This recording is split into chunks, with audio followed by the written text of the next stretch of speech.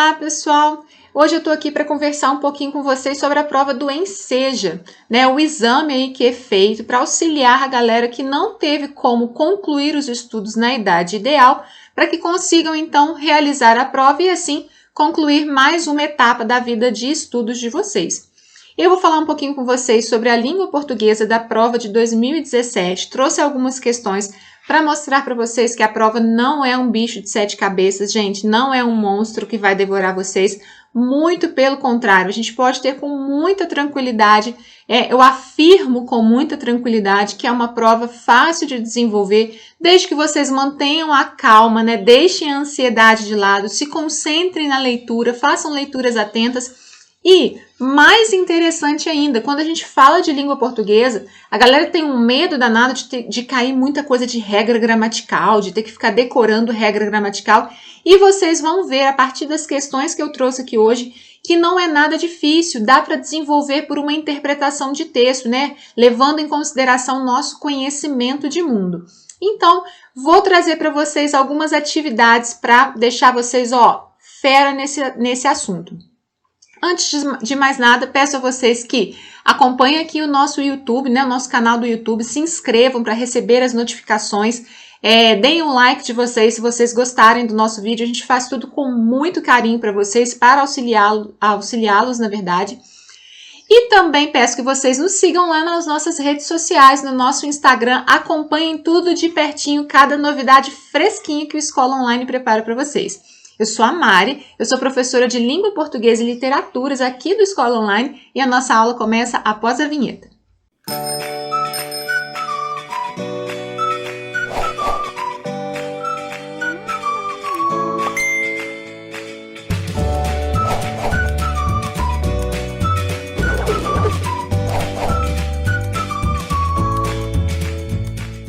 Muito bem, gente. Linguagens, códigos e suas tecnologias para o Enseja.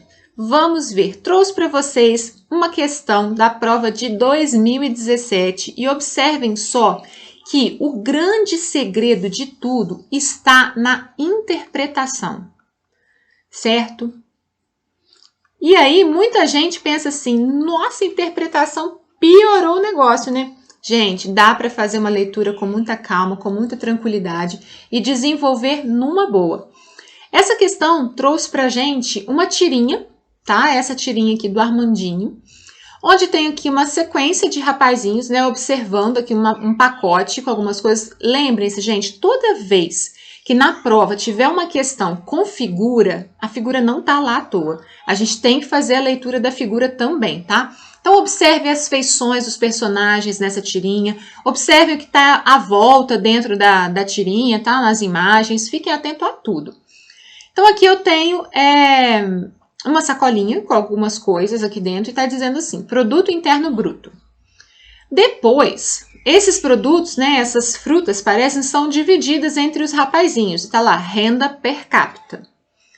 E logo depois eu tenho um pedacinho de fruta para cada um aqui, e um rapazinho levando um pacotão com um montão de fruta. Distribuição de renda.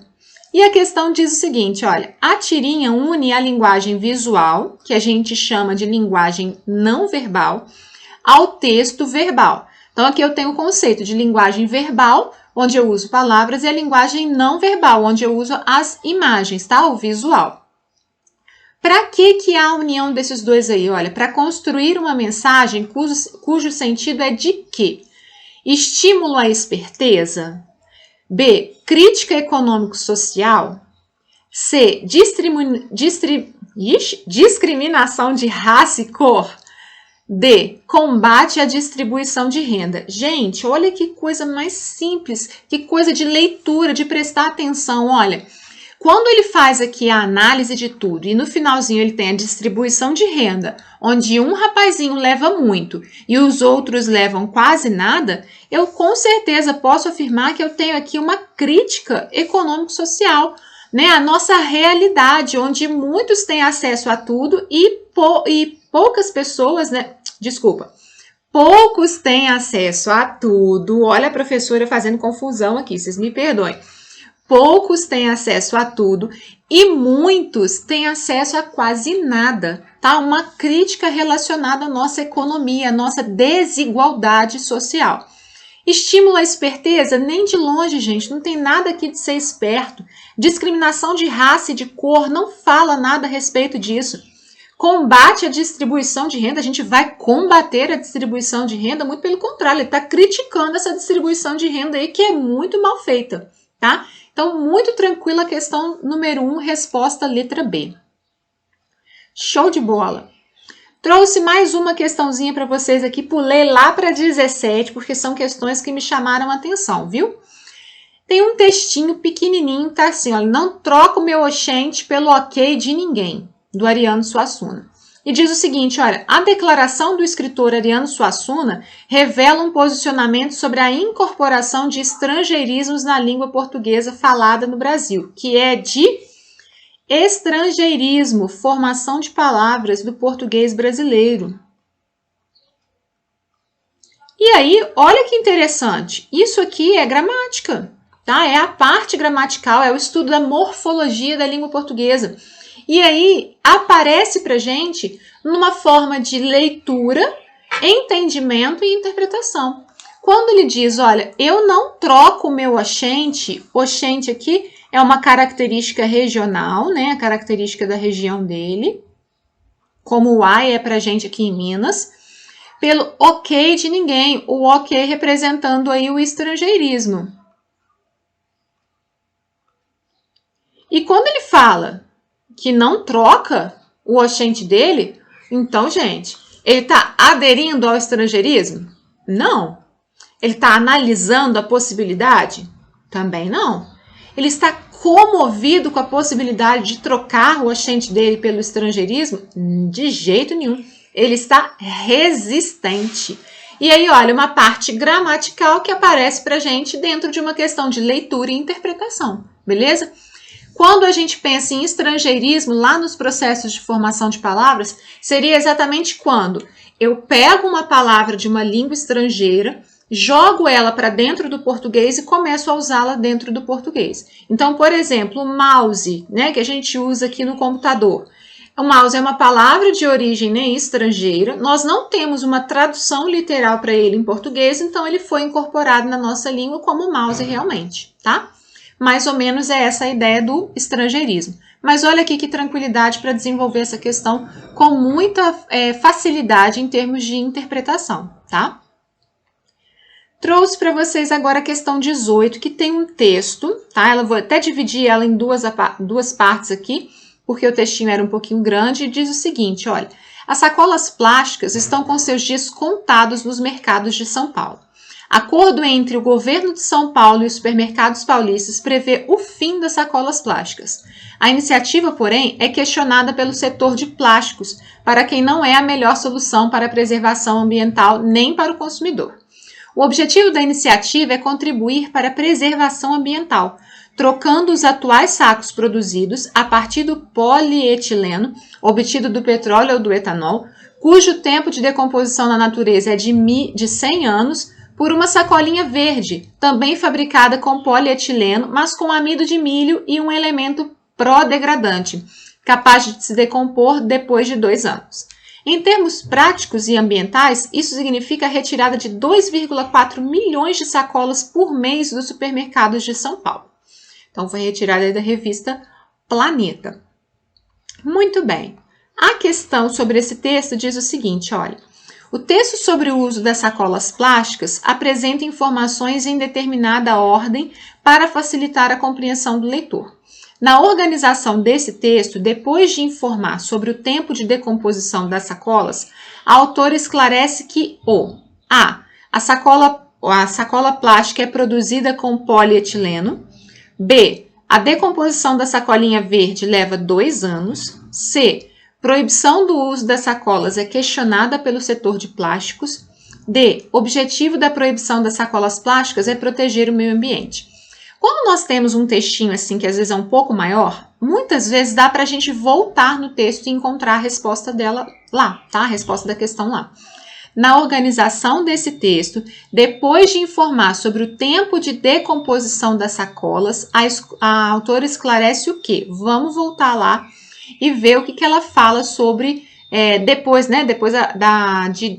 de discorrer sobre o tempo de decomposição das sacolas, o que ela fala depois disso. Olha, trocando os atuais sacos produzidos a partir do polietileno obtido do petróleo ou do etanol, cujo tempo de decomposição na natureza é de 100 anos, por uma sacolinha verde, também fabricada com polietileno, mas com amido de milho e um elemento pó degradante, capaz de se decompor depois de 2 anos.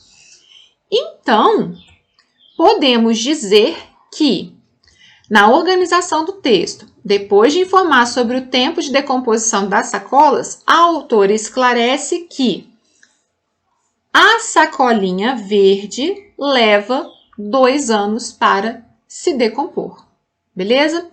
Então, tranquilo, volto no texto, acho a resposta com muita tranquilidade. As questões de interpretação, elas têm essas duas possibilidades. A gente segue, tá? Por um lado, onde eu posso voltar no texto e encontrar a resposta realmente lá, ou por uma parte onde a interpretação tem que ser feita por uma inferência. O que é isso? A partir da leitura, eu vou inferir alguma informação. Como essa questão anterior, né, do ok, de trocar o oxente pelo ok, não fala para a gente em momento nenhum que ele estava resistindo a isso. Mas pela estruturação da frase, de como ele falou, eu consigo inferir que aquilo é um ato de resistência. Então, a gente vai seguir na interpretação por esses dois campos, tá? Ou explicitamente, voltando no texto, encontrando lá, ou implicitamente, depois de ler, eu consegui encontrar a informação, tá? Levando em consideração o meu conhecimento de mundo, é claro.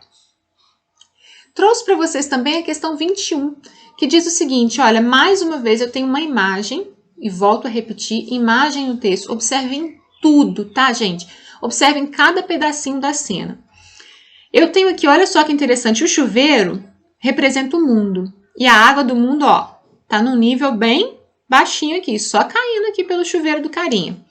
Ele tá felizão aqui, tá cantando, ó, esguelando, lavando-se lá, que maravilha. Esse balãozinho aqui, com o rabicho apontando para fora, né, pro lado, indica que tem alguém falando lá do lado de fora, tá? Não tá dentro do ambiente em que esse personagem está. Tá gritando, ei, chuveiro não é microfone, vamos economizar. Beleza, fiz a leitura do quadrinho, vou para a questão. A articulação entre os elementos verbais, os textos, as palavras, e os não verbais, as imagens e cada detalhe da imagem, utilizados na construção dessa charge, tem a clara intenção de motivar os leitores a quê? A. Diminuírem gastos com a conta de água. B. Desenvolverem atitudes sustentáveis. C. Modificarem momentos de diversão. D. Adquirirem hábitos de higiene. Olha, eu já tiro de cara aqui a C e a D. Por quê? O negócio aqui não é para modificar momento de diversão, porque tomar banho não é para ser uma diversão. D. Adquirir hábitos de higiene. Ele já tem o hábito de higiene dele ali, ele está desenvolvendo, ele está tomando banho, é um hábito de higiene. Eu poderia até ficar na dúvida com a A, diminuírem gastos com a conta de água. Realmente. Mas se eu levar em consideração a imagem como um todo, o chuveiro um globo terrestre, com pouca água aqui, ó, um nível de água bem baixo, a água caindo à torta e à direita aqui, o cara cantando que nem um louco. E a fala que foi dita aqui, ó, chuveiro não é microfone, vamos economizar.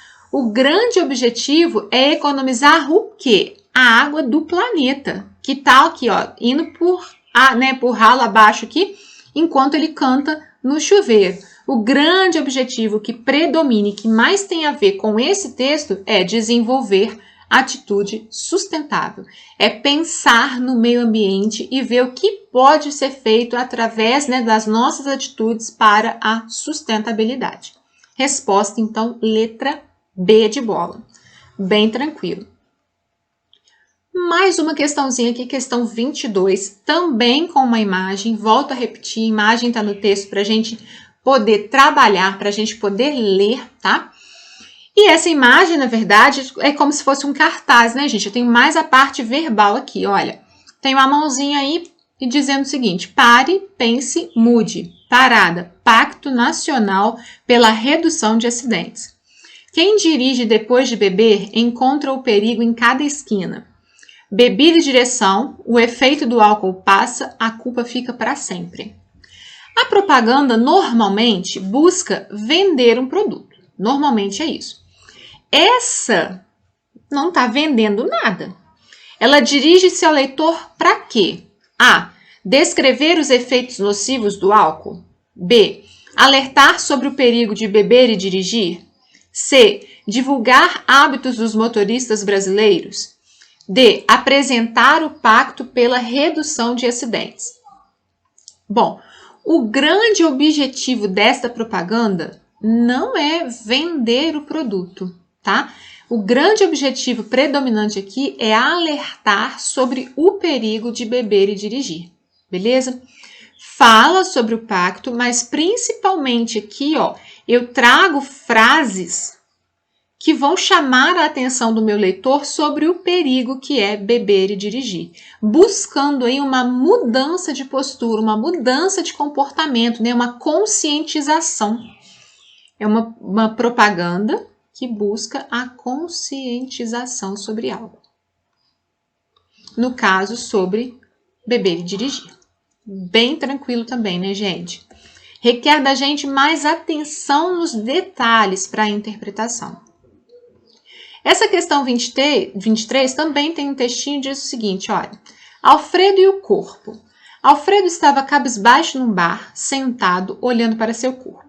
Quando de repente levantou um valentão, chutou a cadeira que estava na frente dele, pegou o copo e bebeu tudo numa só golada.